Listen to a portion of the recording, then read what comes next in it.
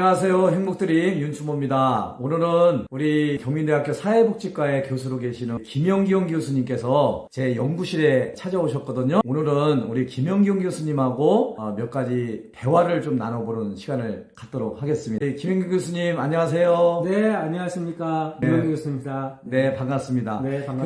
교수님 오늘 저희 연구실에 오셨는데 네. 제가 지금 여기 화면에 이렇게 쭉 나가고 있는데 제 연구실의 창가에서 바라본 목련꽃의 모습입니다. 네. 이 목련꽃 어떠세요? 제가 경민대학에 10년 이상 있었는데 이렇게 아름다운 목련꽃을 이렇게 가까이서 본 적은 처음인 것 같고요. 정말 목련꽃이 큰 액자에 담긴 채 이렇게 눈앞에 있는 게 아닌가라는 그런 생각을 하게 됐습니다. 그러니까 오늘은 이제 여러분들께 아름다운 그 목련꽃을 한번 같이 감상한다는 의미에서 목련꽃을 화면에 띄우고 우리 이제 김영기 교수님하고 저하고 행복에 대해서 한번 이야기를 나눠보는 그런 시간을 좀 가지려고 하는데 괜찮으시겠어요? 네, 뭐 괜찮습니다. 네. 오래간만에 여기 오셔가지고 유튜브 시청자 여러분들께 좋은 그런 정보를 함께 나눴으면 좋겠습니다. 네. 자, 우리 이제 교수님은 철학을 공부하셨잖아요. 네. 철학 중에서도 특별히 이제 행복에 대해서 논문을 쓰신 걸로 알고 있어요. 네. 박사학위 논문을 이제 아리스토텔레스의 에우다이모니아 이제 행복론에 대해서 논문을 썼습니다. 아, 그러시군요. 네. 그러면은 뭐 아리스토텔레스 우리가 이제 일반적으로 많이 얘기하는 그 플라톤, 뭐 소크라테스, 뭐 아리스토텔레스, 뭐 이렇게 철학자들을 많이 이제 이름은 이렇게 기억을 하고 있는데 우리가 일반적으로 텔레스나 플라톤이나 뭐 소크라테스가 행복에 대해서 어떻게 얘기를 하는지는 잘 모르잖아요. 그래서 오늘 우리 김영기 교수님 오래간만에 저희 연구실에 오셔가지고 한번 그 플라톤, 소크라테스, 아리스토텔레스가 생각하는 그 행복에 대해서 한번 이야기를 좀 나눠봤으면 좋겠는데 플라톤하고 아리스토텔레스하고 또 소크라테스는 행복에 대해서 생각이 좀 다른가요? 네, 많이 다르죠. 그러니까 이제 쉽게 생각하면 소크라테스하고 플라톤은 행복에 대해서 주관주의적 입장이라 말할 수 있고요. 아리스토텔레스는 입장이라고 말할 수가 있습니다. 소크라테스하고 플라톤 같은 경우는 뭔가 외부적 대상보다는 그 대상을 바라보는 영혼의 탁월함을 되게 중요시 여겼던 사람이죠. 그러니까 교수님이 아름다운 목련을 보고 행복감을 느꼈을 때 목련 그 자체보다는 행복감이 중요하다라고 보는 입장이었던 거고요.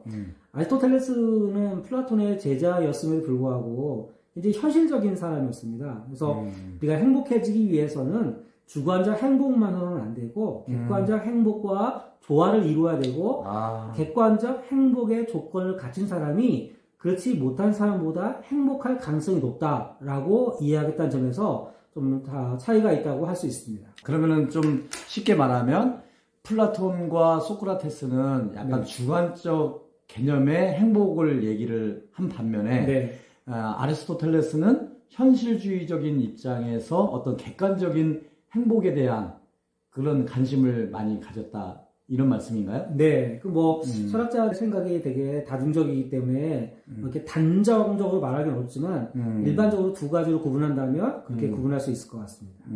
그러면 교수님은 행복을 얘기를 할 때 어떤 주관적인 행복과 객관적인 행복 이렇게 얘기를 할 때 어느 쪽이 더 중요하다고 생각을 하세요? 저는 사실은 이제 아리스토텔레스를 공부한 사람이지만 저는 주관적 행복이 더 중요하다고 생각이 듭니다. 그래서 저는 행복은 감사다라고 항상 생각을 하는데, 그러니까 감사한 사람은 감사하지 않는 상황을 감사한 상황으로 바꿀 수 있다라고 생각을 하거든요.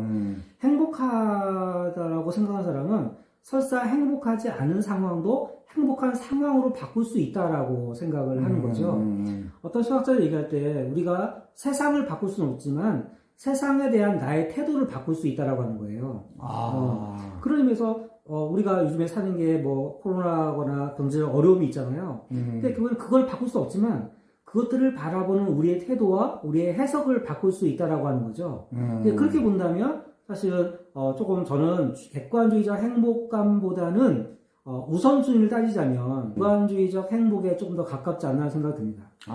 그렇죠. 그러니까 우리가 이제 어떤 상황이나 어떤 조건에 대해서 우리가 어떻게 생각하느냐, 예, 주관적인 그런 네. 생각, 네. 또 감정, 네. 예, 이것이 중요하다 이거죠. 그렇죠. 예를 들어 뭐 재벌 돈이 많으면 행복할 가능성이 높지만 재벌이라서 다 행복한 거 아니고요. 또는 굉장히 가난해서 일반적으로 저 사람은 불행할 거다라고 생각하지만 그래도 그들이 뭔가 감사할 거리를 찾을 수 있다면 행복할 수 있잖아요.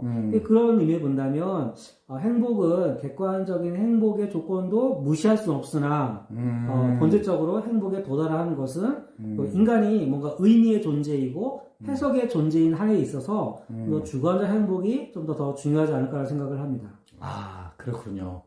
저도 지난번에 한번 동영상에 화초를 키우는 거 이렇게 동영상을 한번 찍었고 오늘도 이렇게 목련꽃을 바라보면서 날마다 제가 연구실에 들어오면서 이 목련꽃을 바라보고 화초를 바라보고 제가 키우는 나무를 바라보면서 이렇게 행복을 느끼거든요. 네. 이것이 뭐 똑같은 조건이 아닐 수도 있잖아요. 네. 그러니까 어떤 사람들은 이 아름다운 목련을 바라보면서도 이건 뭐 아름답지 않다. 나한테 뭐 나하고 별 관계가 없어 라고 생각할 수도 있는 거잖아요. 네. 그러니까 그런 측면에서는 어떤 객관적인 상황이나 조건보다는 네. 내가 그 상황과 조건을 어떻게 바라보고 네. 어떤 자세와 태도와 의미를 부여하느냐 그렇죠. 중요하다는 거죠. 그렇죠. 그래서 그러니까 객관적인 조건은 인간을 행복하게 하는데 한계가 있어요. 왜냐하면 인간의 욕망은 끊임없이 확장되기 때문에 그런 의미에서 객관적 행복으로부터 인간이 영원한 행복에 도달할 수는 없죠.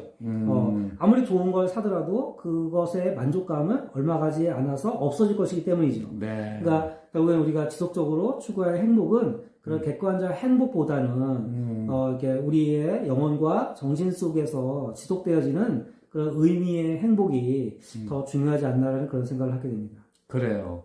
요즘 그 코로나19로 네. 인해서 우리 한국 사회뿐만 아니라 지금 전 세계적으로 굉장히 어려운 그런 상황을 가지고 있고 또 저희들도 뭐 개강이 연기됐다가 네. 이렇게 비대면 수업으로 수업을 진행을 하고 또 인터넷으로 또 이제 사이버로 이렇게 모든 것들이 비대면으로 이루어지고 있는데 이런 어려운 상황 속에서 우리가 행복해지고 행복한 삶을 살아갈 수 있는 그런 방향에서 한번 교수님 좋은 말씀 한마디 해주신다면 저는 이제 행복은 감사다 이런 얘기를 말씀을 드렸는데요.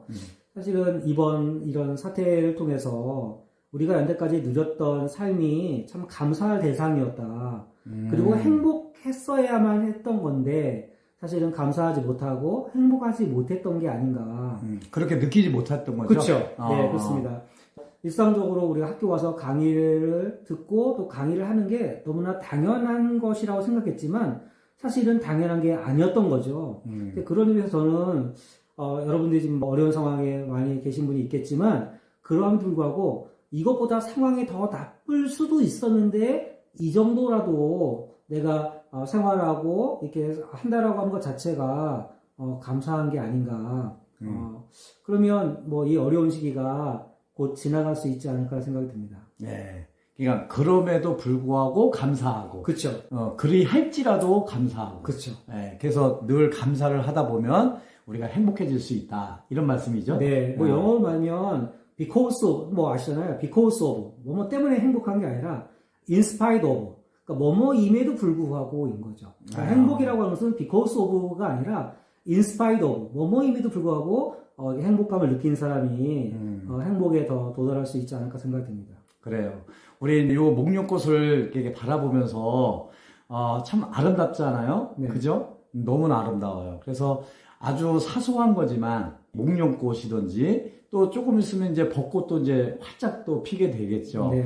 그리고 또 뭐 진달래꽃도 개나리꽃도 이렇게 피게 되는데 이런 자연이 우리에게 주는 그런 포근함 이런 것들이 있는 것 같아요. 네, 그래서 이런 사소한 거 하나하나를 보면서도 이것을 내가 어떻게 반응하고 어떻게 해석하느냐에 따라서 참 주관적 행복감을 느낄 수가 있는 것 같아요. 네, 그래서 우리가 오늘 이제 교수님 오래간만에 이렇게 오셔가지고 함께 이렇게 좀 대화를 나눴는데요. 네. 아무쪼록 이런 동영상을 통해서 이 코로나19로 인해서 참 힘들어하고 어려워하는 우리 여러분들 모두가 아주 소확행을 실현하는 그런 여러분 모두가 되었으면 좋겠다는 말씀을 드리고 싶습니다. 네. 교수님 오늘 이렇게 오셔가지고 함께 해주셔서 너무나 감사해요. 여러분 행복드림 윤춘모였습니다. 여러분 감사합니다. 감사합니다.